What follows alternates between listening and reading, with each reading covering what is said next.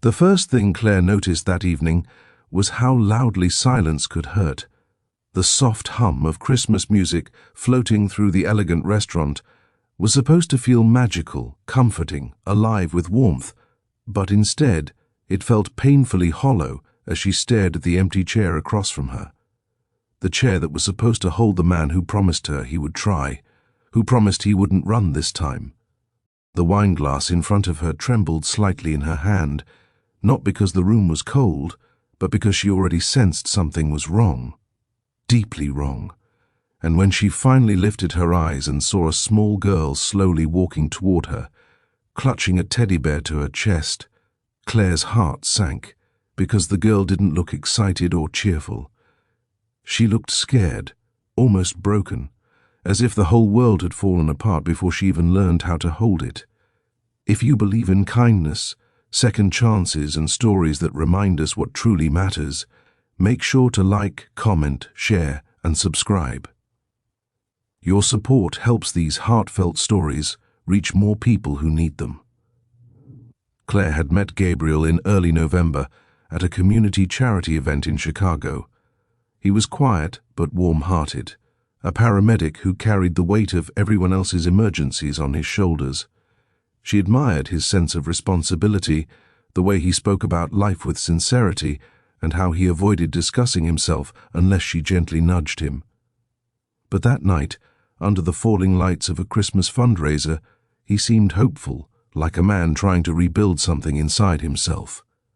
Claire had been alone for a long time, not because she didn't want love, but because she wanted the right kind of love.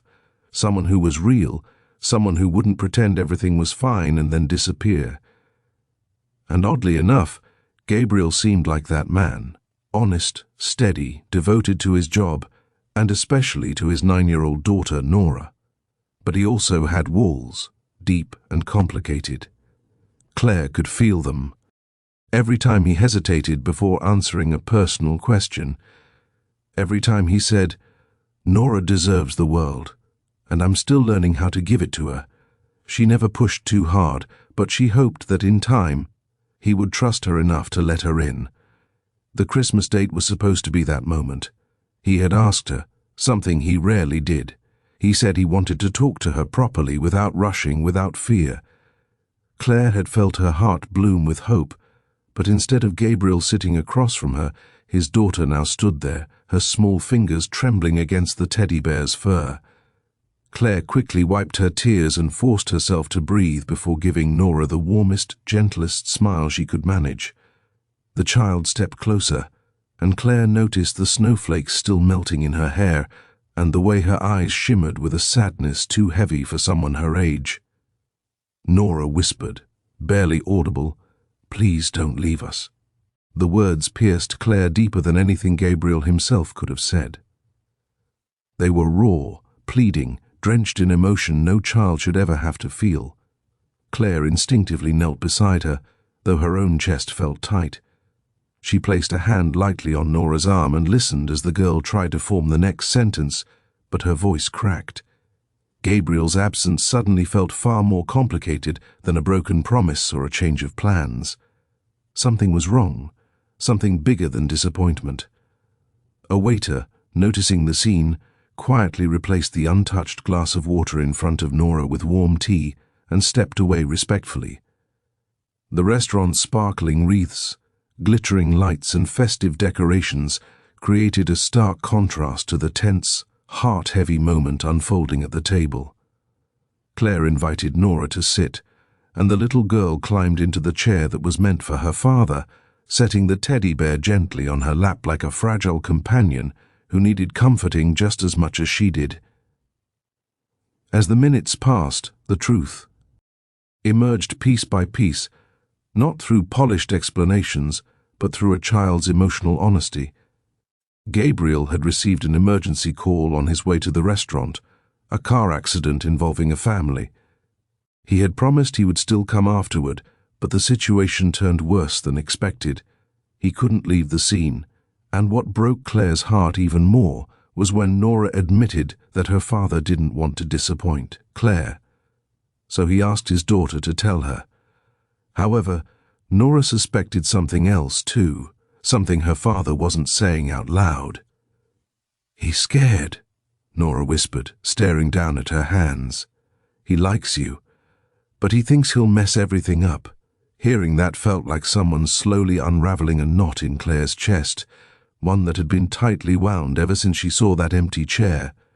She had feared rejection, abandonment, indifference, but instead she was faced with vulnerability, fear, and a little girl who simply didn't want to lose another person in her life. Claire swallowed hard. She remembered how Gabriel once mentioned his late wife, how her passing during Nora's early years left him feeling incapable of building a new family. He carried guilt like a shadow. He worried about giving too much of himself, or not enough. And Claire understood that because she had lost people too, people who once said they would stay and then disappeared without explanation. She gently reached across the table and lifted Nora's chin. The child's eyes were full of tears, shimmering like tiny reflections of Christmas lights. "I'm not leaving you," Claire whispered softly, though her voice trembled. "Not tonight, not because of this." And in that moment, the little girl collapsed into her arms with heartbreaking relief. They stayed in the restaurant for nearly an hour. Claire ordered hot chocolate for Nora and calmed her until her breathing steadied. She watched the child hug her teddy bear tightly, occasionally glancing at the door as if hoping her father would suddenly appear.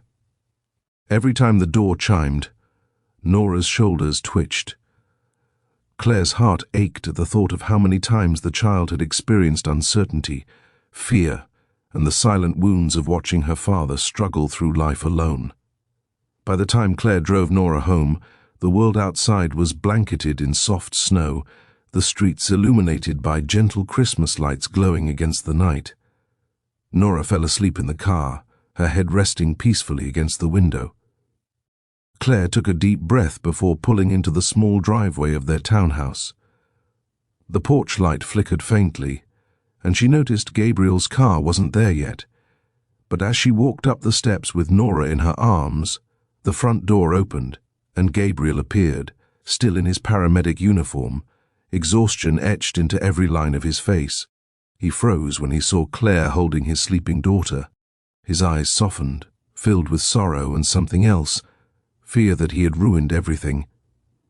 Claire gently handed Nora to him and stepped inside the warm, dimly lit living room. She noticed the floor scattered with toys, coloring books, and a half-decorated Christmas tree. The home felt lived in, small but full of love that had been stretched thin by hardship. Gabriel whispered, "I'm sorry," his voice barely steady. But Claire shook her head before he continued. She knew apologies weren't what he needed. Not tonight. He placed Nora gently on the couch, covering her with a blanket before returning to Claire. The tension between them wasn't harsh. It was fragile like glass. Claire could see the fear in him clearly now, not fear of her, but fear of failing at love again. Fear of losing the one thing he wanted but didn't think he deserved. Claire stepped closer. Her voice was soft yet firm as she told him that Nora came to her because she was scared of losing them both. She explained how the child cried, how she begged her not to leave. The look on Gabriel's face broke her heart all over. Again. His shoulders trembled as he ran a hand through his hair, struggling to compose himself. He whispered that he never wanted Nora to feel abandoned, by him or by anyone he allowed into their life. The living room was quiet except for the ticking of a small clock on the wall. Gabriel finally admitted that he hadn't wanted to cancel. He had imagined sitting across from Claire, telling her how much he cared and how much he wanted to build something real with her, something steady. But he also feared bringing someone into a life already filled with so much responsibility.